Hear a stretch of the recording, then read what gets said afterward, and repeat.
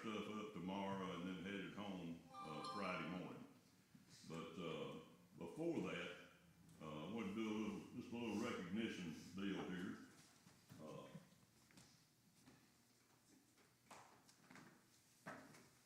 Pastor, we'd like to present you with this Bible. Wow.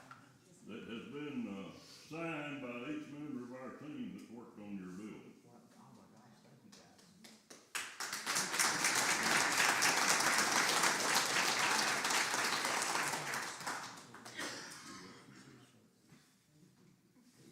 Love you. Wow. You want the box? Now you're trying to get the box. It might have a check in it or something. Schofield. Wow, Schofield to this exact. Thank you guys. That is awesome. Awesome. It was, right? I think that's the large print too. Future reference. Y'all got jokes, but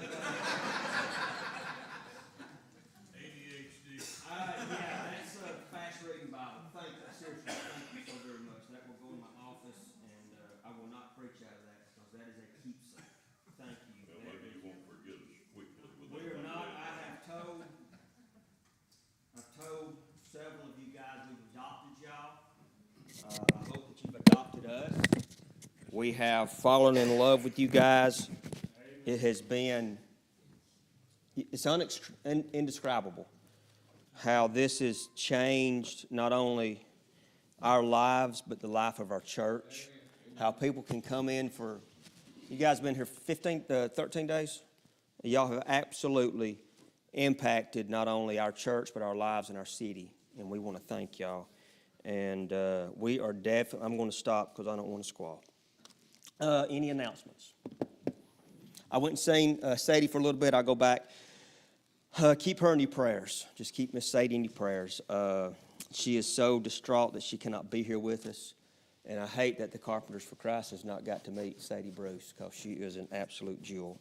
So keep her in your prayers. Also, we got one of our, a gentleman that comes, and he can only drive when the days are longer. I'm not going to say his name. So he's finally arrived back with us on a Wednesday night, and I want to thank you so very much for being back with us. He was a good friend of mine, almost a next-door neighbor. He lives in Fairview. I live in Ophir, but I love him to death, and I want to thank him for being here with us. Also, the mission team's going to be leaving Brighton early in the morning at 2 o'clock. 2:30. So they're going to be heading out to Honduras. We get on a plane at 6. 6 o'clock. So we are expecting great results and great news from the mission team, and I'm looking forward to that. You guys are going to be heading up to Kentucky in 11 weeks. That's correct. So we'll make sure to do some stuff for you, Mike. Yes, sir. So y'all, we're going to keep them in our prayers, and we expect updates. We want updates and photos so we can be praying for you guys. Is there anything else before we continue? I know we've got a lot of announcements and a lot of things. Is there anything else before we continue on? Yes.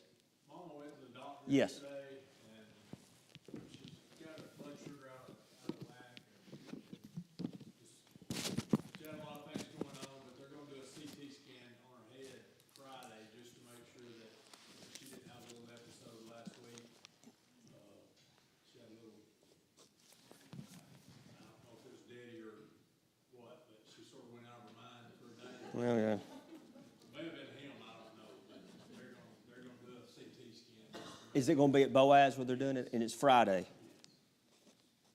Okay. And then they're working on trying to get her medicine. Okay. So everybody keep that. And she's missed so much up here too, so. Is there anyone else? I know we've got some others.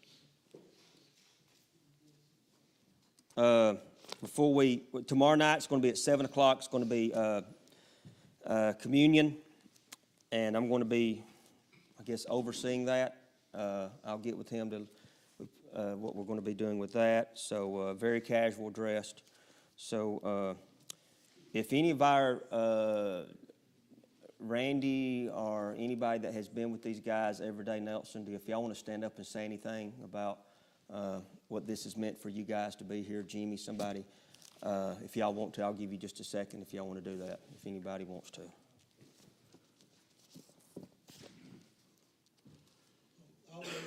Go ahead, Jimmy. It's just been an honor to be a part of this, and, the thing that I can tell you, Carpenters for Christ, is I work here in town. People's coming up and they see all the excitement of what's going on at the church, and they asked about you people, and I said, all they've done is come in and love on us, and they go to work. And they said, what'd y'all have to do? And we just had to feed them. That's rough. But, I can't believe it. I'm honored to be a part of this, and, I've been in this church several years, and it's just been a blessing to be a part of you guys. Love y'all. Chris, if I said something. Go ahead, Harold. Jimmy and I just came from over there. I had been here all day, but I have been here some, and it has been an honor to work with you guys, and just to see what y'all done and the influence that you've had on us. I know it's made me have a closer walk with God, and just to be able to have a few times where I could sit down and eat with you and hear your devotions, it was an honor, and we appreciate you more than you know. Does anybody else of the church want to say anything? You go right ahead. I would like to say that I do appreciate all of them taking in a rookie like me, and I'm just trying to stay out of the way out there, but, guys, we do appreciate y'all and love y'all very much. It has been a good week so far for me.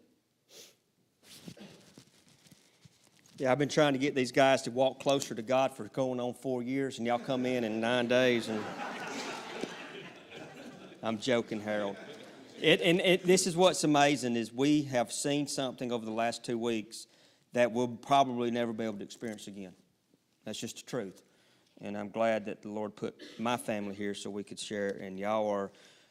And I told them today, I said, I don't look at them as Carpenters for Christ anymore. I look at them as parts of Crossville First Baptist. Ready? Okay. All right, if you'll stand with us, page 426. Thank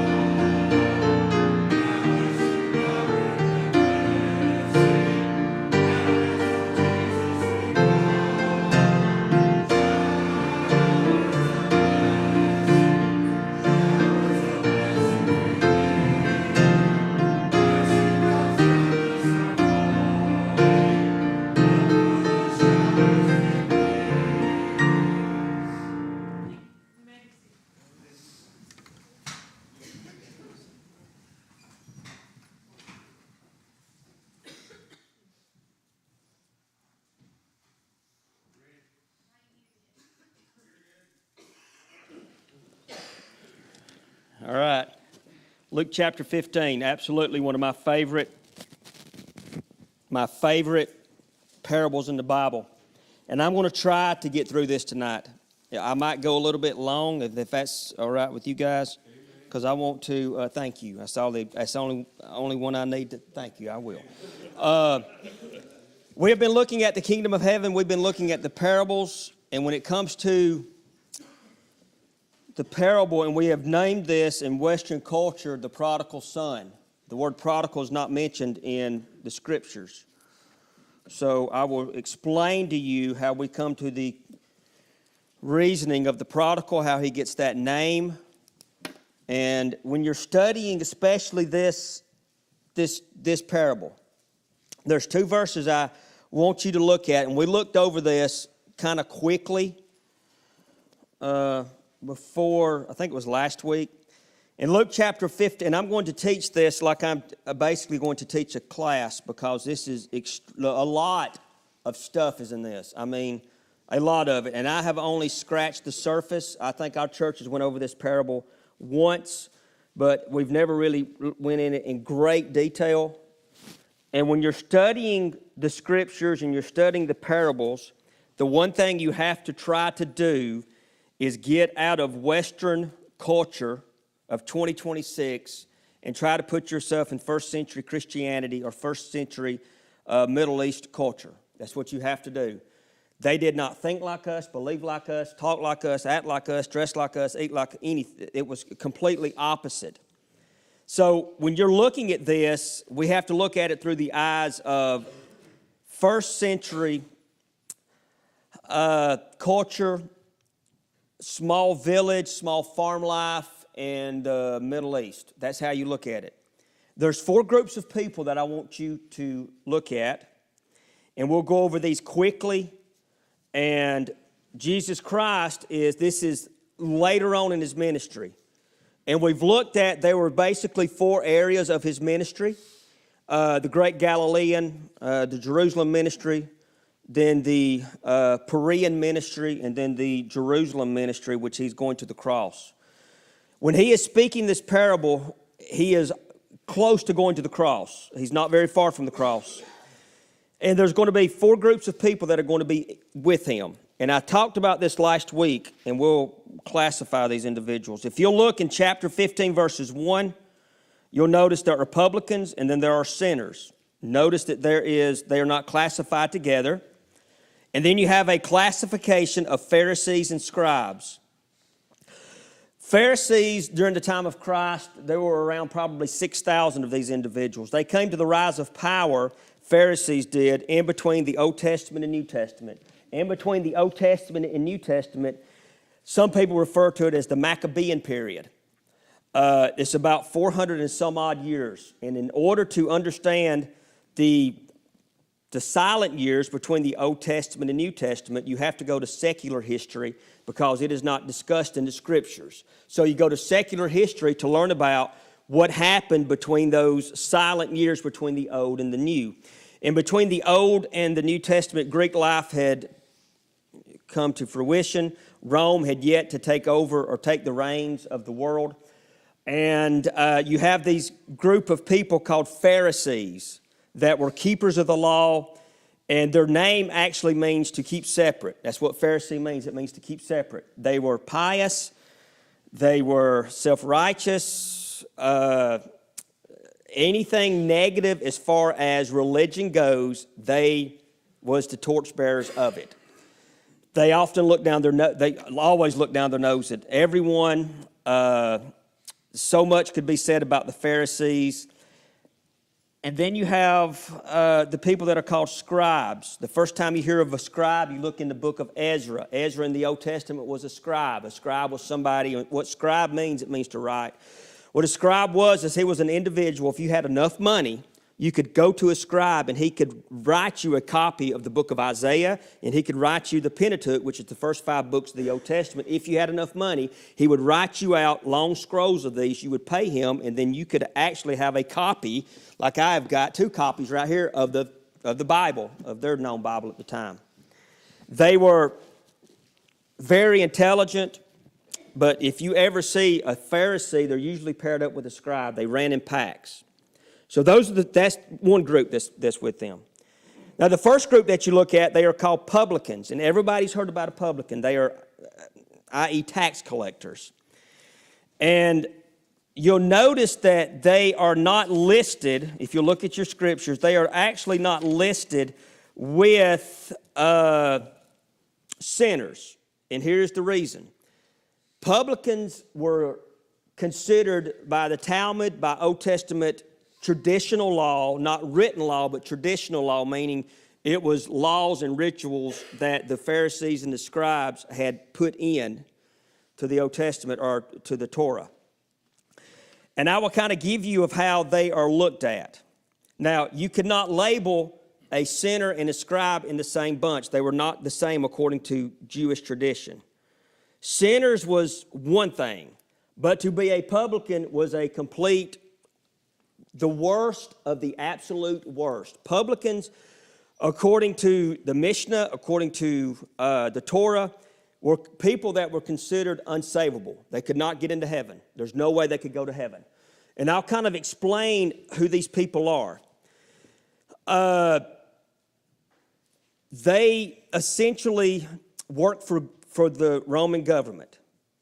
And what they did was they essentially collected taxes is basically what they did. So when they would collect these taxes, you had two types of tax collector. And Matthew was one of these tax collectors. Zacchaeus was a tax collector. And these individuals, you had someone who was on the street type tax collector that sat behind the table of customs. And then you had individuals that were kind of the higher ups, and they did not get their hands dirty. Zacchaeus was one of the top tax collectors. He was the supervisor of all the smaller tax collectors. And their job essentially was to get as much money as they could for Rome. And you were essentially taxed on four separate areas. You were taxed, according to Rome, at the age of 14. If you were a male, you had to pay a tax from the age of 14 to 65. If you were a female, you paid a tax starting at the age of 16 to 65 every year. You had to be a trade tax, a poll tax, a road tax, a bridge tax, a ferry tax. You were literally taxed to death. And here's how they would do that. If Matthew, for instance, was sitting at his table of customs, and there were only basically two major roads during that time, he would sit to where the people were at, by the Sea of Galilee, and more than likely, Matthew knew the disciples before Jesus Christ called him because he had dealings with them in a personal or a business type sense. For instance, if you were living in first century Jerusalem and you come across a tax collector and you had a wagon, he could stop you at any time, go through all of your mail. If there's any monies in your mail, he could take what he wanted. He would tax you per axle, per wheel, per spoke, per nail, per board. He could tax you absolutely to death. And whatever Rome got, he gave it to Rome, but with anything that he could gather, he could keep for himself. Tax collectors were not allowed to be jurors. Tax collectors were not allowed to testify in court. Tax collectors were not allowed to go to the synagogue. Tax collectors were not allowed to go to the temple. Tax collectors could not give to the synagogue or to the temple. Tax collectors, and there is a book that I have in my office by a man by the name of Jeremiah Germachus, who was a first century historian, and they list the top worst jobs that you could have had in the New Testament. And tax collectors it would start off as it was a swine herder, and then the second one would be tax collector. So you were basically the lowest of the low. You were garbage. You could not be saved according to them. Also, the reason they said that God could not forgive you is because, do you remember when Zacchaeus, after he is saved, he goes out and he makes this statement that says, anybody that I have wronged, I will give them double or triple of what I've taken. According to Old Testament law, if you had wronged someone, you were required to pay them back plus an interest. So what they were saying is essentially Matthew, Zacchaeus, of all the thousands and thousands of people they had cheated, there was no possible way, no human way, that they could go back and right their wrongs to these people they have taken from, so then they would be considered unforgivable or considered unclean. And it even goes a step further. If you were a tax collector, anything you touched was considered unclean. Anything you were around were considered unclean. You were hated. Old Testament law, there is a story from the Torah that says if you were to be walking down the road and you was to see a tax collector that was injured, you had the right to step over him and not try to help him at all. So they were the garbage of the garbage. And then you got sinners. How bad do you have to be for the sinners to go, don't label them with us? We know we're rough, but please do not label us with that bunch, because there is a possibility and there is a chance that we could enter into the gates of heaven. These guys, they can't. There's no way. So, and every time you see a publican with Christ, he is either listening to the words of Christ or he is coming to Christ. Zacchaeus, Matthew, these publicans. So you have these four groups of individuals, and you have the publicans, the sinners, the Pharisees, and the scribes. And Jesus Christ is going to give one of his longest parables, and it is the parable of the prodigal son. Again, we are not sitting in Crossville, Alabama in 2026. When we look at this, we have to be in first century Christianity.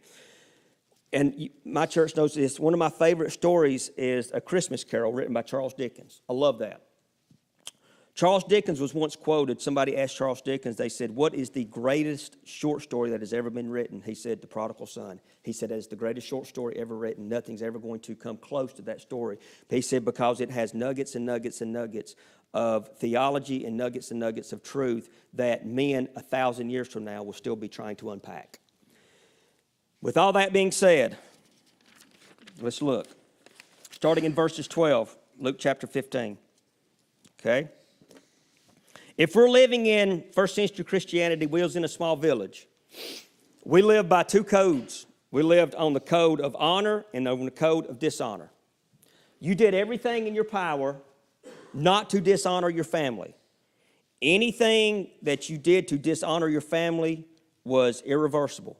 You could not go back. So you lived on a code of honor and dishonor. Everything hinged on your livelihood, your job, your religion, your beliefs, how you lived on honor and dishonor. That is it. And what Jesus Christ is going to do in this very simple, and it is a simple parable. A child can understand this parable. What he is going to do is he is going to describe the absolute perfect sinner. He's absolute perfect in every way according to Jewish tradition. There was, and I want you to look, it says, it starts in verse 11. I want you to read me with this in verse 11, okay? And a certain man had two sons. You're going to have the father, you're going to have a younger son, and you're going to have an older son. Those are the three players in this act. These three people are going to be representative of someone else. If you look at this symbolically or spiritually, the father is going to be representative of Jesus Christ. The younger son is going to be representative of the publicans and sinners. And the older son is going to be representative of the Pharisees and scribes. So that's how you're going to label these, or that's how you're going to list these. I have a book in my office, and a journalist, when he was studying the prodigal son, he went to the Middle East, all over the Middle East, and he had asked a series of questions. And he would not ask these questions in a large city. He would go to village life, and he would ask these questions. So here's the questions. You remember the son is going to say, I want a portion of my goods. Give me all you got. This is the question he's asked. He says, have you ever heard or made such a request in your life? And the Middle Eastern man says, no, never. He says, could anyone ever make this request? The Middle Eastern man said, absolutely impossible. It would never happen. The reporter says, if anyone did, what would happen?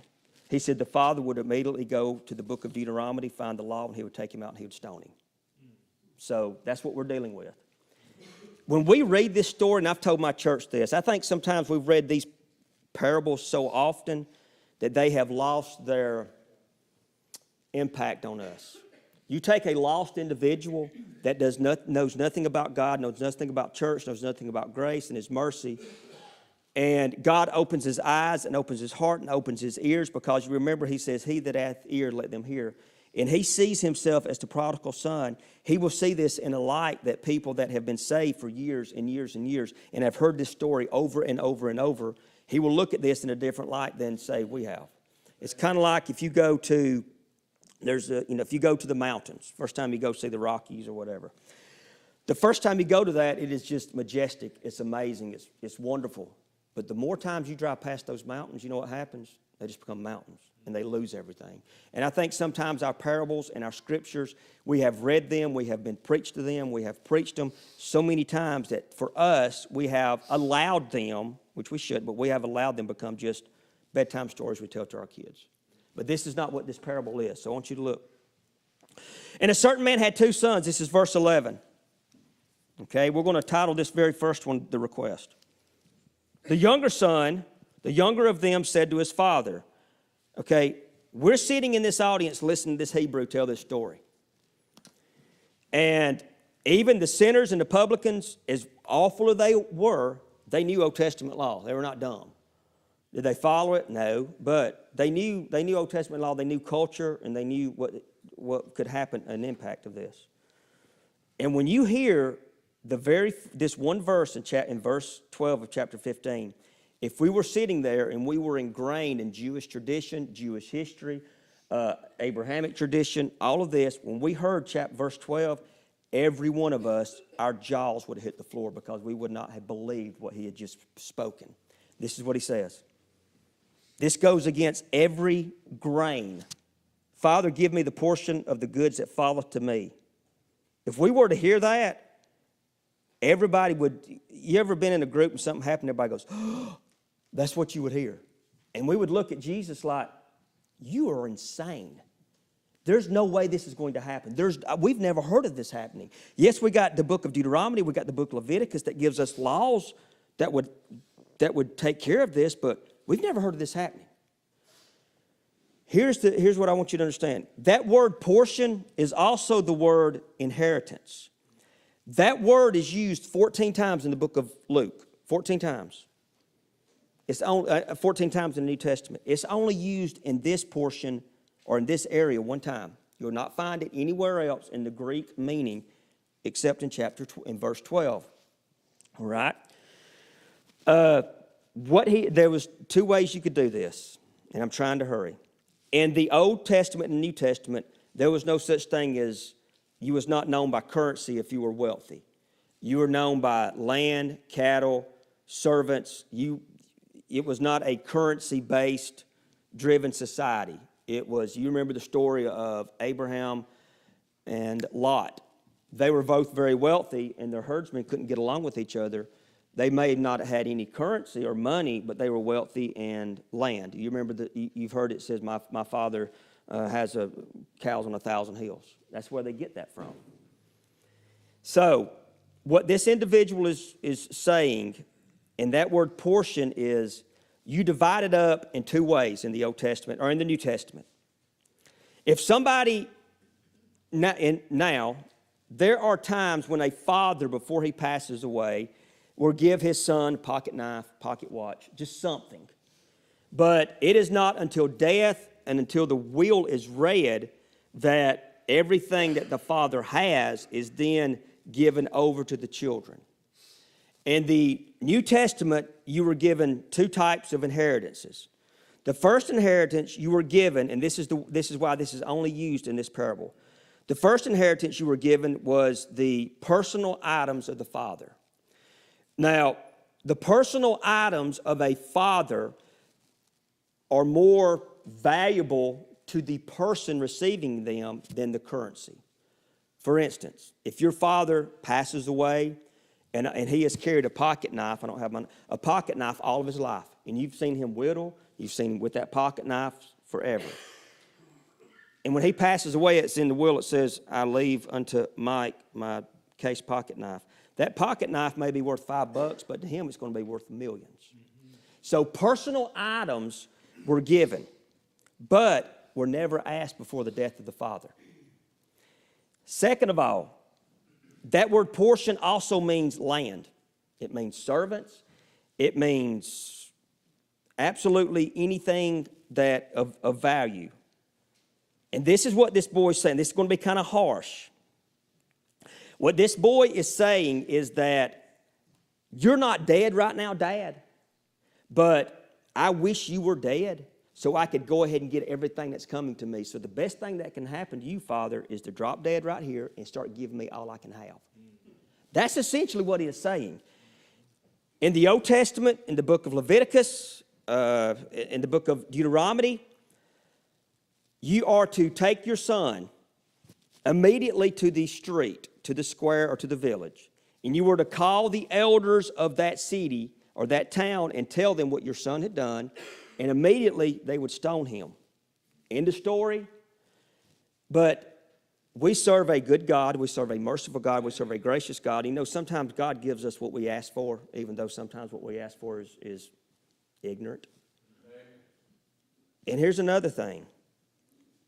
We often don't focus on the older brother until we get all the way down to verses 25, right? He plays very much of a role in verses 12.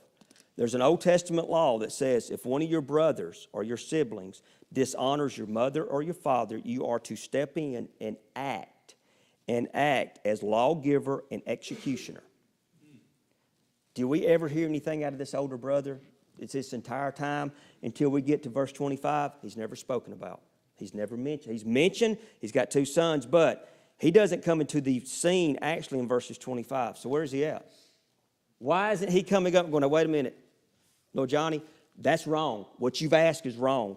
You need to apologize. You need to ask for forgiveness. You need to ask for grace, because if you don't, they're going to stone you to death, and they have every right to do that.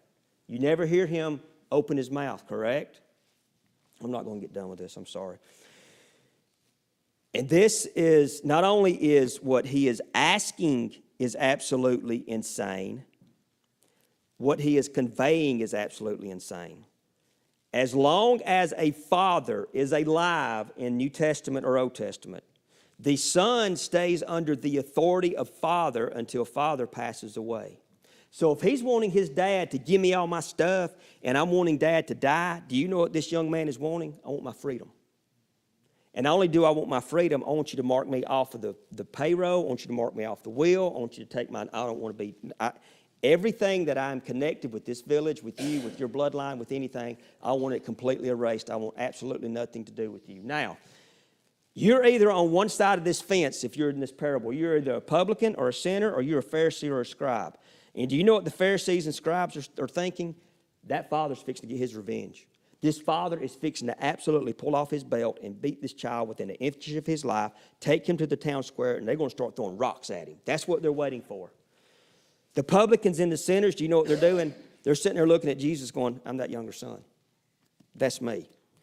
Do you know who you were before you came to the acknowledgement of Jesus Christ? You were the one saying, give me, give me, give me. I want my freedom. I want this. I want that. I want this. I want that. And here's when it takes a complete turn. I remember I was talking, I've been with Mike. There was never a time when I woke up on a Sunday morning and asked Roger Watkins if we was going to church. That never came out of my mouth, because well, anyway, y'all be having Brother Chris Watkins as your pastor. You honored him. You may not agree with some of the things, but you still held him in the utmost respect. Okay? Look what happens. There's no argument, there's no fussing, there's no fighting, there's no but. And he divided unto, what is that word? It's a 4-letter word, starts with T. Them. Guess who else got some inheritance? The older brother. So we look at this younger brother and go, this is all about you, you shouldn't have done that. But the older brother, he gets double of what this younger boy's getting. Do you know who actually loves his father less? It's not the younger one, it's the older one. The older one absolutely despises his father 1,000 times worse than younger brother. Now here's when I say that he divided, a father that followed Old Testament law, a father that followed tradition, a father that did not want his name dishonored, they would be no more, if this was there would be no more verses 13, 14, 15. There'd be no more verses because he'd have killed that kid. No ifs, ands, or buts. And he divided among them, both of them. You see that word? When they say, what do you do for a living? Well, I do this. What do you do for a living? I do this. If somebody asks you, what do you do for a living? It means, what are you doing at this present state to earn a living? If you go up to somebody and say, what'd you do for a living? Oh, I'm retired. Okay, you no longer do that for a living. So that's no longer bringing you an income. You're retired. But do you see that where is that his presence? He says he gave unto them his living. Do you know what he gives them? Everything. He gives them absolutely everything he has. In one verse, Jesus Christ has absolutely, totally, completely shattered anything, any thought that these people had about who he really was. They was thinking, we got this king coming. He's going to tear the tyranny off of Rome. We're going to be great. We're going to be wonderful. And all of a sudden, this Hebrew gives them this story, and they're absolutely like, I can't believe he's telling this. This cannot happen. This is absolutely cannot happen. Now, look what happens. Look, and I'm fixing to close. Not many days after. Okay, now, again, no currency. He doesn't give them cash. He gives them pocket knives. He gives them goats. He gives them cows. He gives them land. But here's the thing. The Father, this is what is good about the Old Testament law. Although he gives it to these children, he has an ability to do one or two things. He has the ability to give it to them and lose possession of it, or he has the ability to give them a portion of it and then keep a portion of it. And the reason we know that he actually keeps a portion of it is because if you go down to verses 22, you'll notice that he is going to give him, verses 23, he's going to give him a fatted calf. The boy doesn't own that. The father, mindful enough, kept enough to where he could keep earning a living. He kept servants, he kept a little bit of land, and he kept some cattle. But the rest of it, his boys got it. He has nothing except just a small portion because he gives to them and he divides it to his living. Not many days after, okay, this boy has got to turn this into money. You can't just walk up to a new city with land in your pocket and cows in your pocket and all this and servants, and you've got to turn this into, you got to liquidate this pretty quick. In order to liquidate this, according to the Old Testament law, you had to set up so many days and so many months and so many years before you could sell this in case anybody had a debt against you or a loan against you. What this kid is going to do, he is going to sell this at the lowest bottom price he can and get the money he can and get out of town. Does he sound like a very nice kid? You know who he sounds like? Sounds like me. Not many days after, the younger son gathered all together, everything. Okay, where's the older son at? He's not in the picture yet, but he is very much in the picture. He took his journey into a far country. There's only two countries in that area, Jerusalem and Gentile country. That's it. If you were living in first century Christianity, you lived in either one or two countries. You lived in Israel or you lived in a heathen Gentile country. He's not going to Jewish country. He's going to a Gentile country. And maybe next week we'll find out just how far away he has to go to get away from his father. Not many days, the younger son gathered all together and took his journey into a far country. And there, this is where you get the word prodigal. You see that word wasted?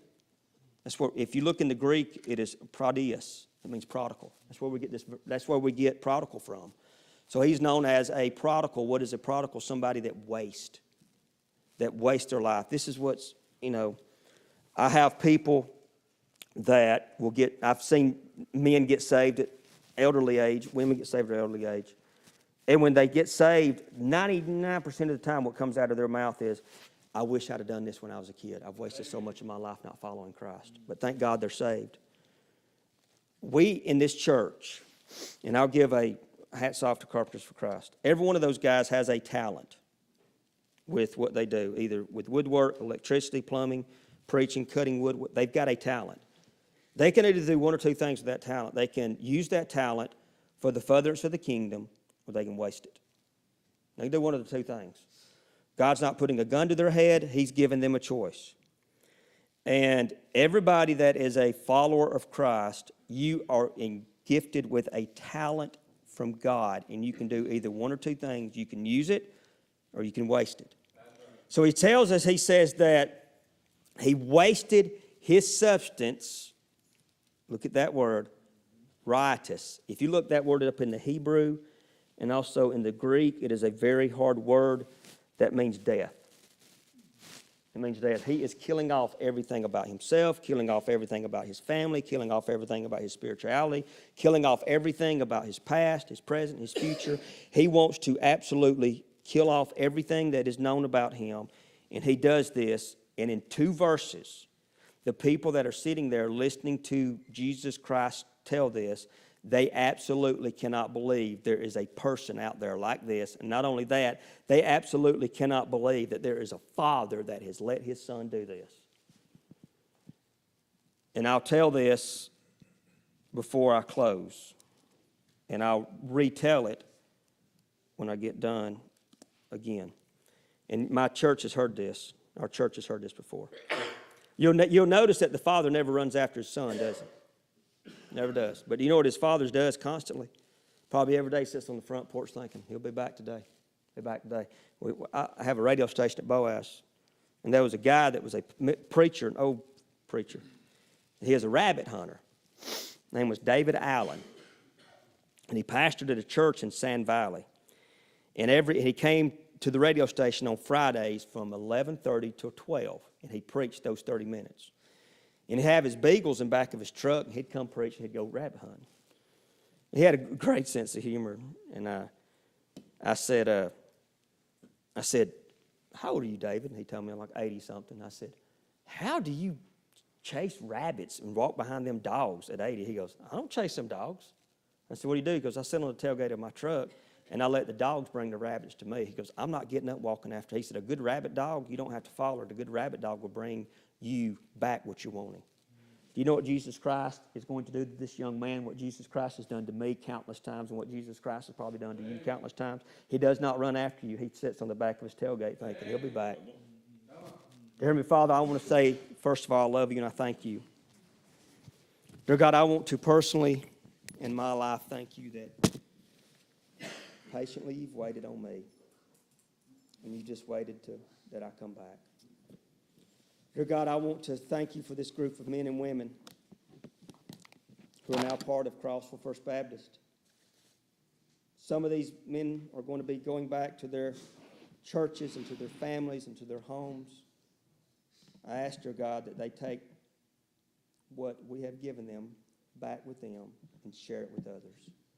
I want to thank you for Crossville First Baptist, for our church, dear God, that has stepped up to show these men and women Christian love, godly love, Southern hospitality. Thank you. Dear God, I want to thank you that when we wake up in the morning, we got the sunshine, we've got everything. But most of all, we have salvation. Dear God, I ask you to be with Miss Sadie. I ask you, dear God, to be with the ones that are sick, the ones that are in the hospital. I want to pray a special prayer for Miss Glenda. Dear God, I ask you to touch her body and heal it. For the ones that are going on a mission trip tomorrow morning, be with them and bring them back with stories of salvation. But dear God, I want to thank you for Calvary. I am not here because I am worthy. I am here because you are worthy. In your name we pray. Amen.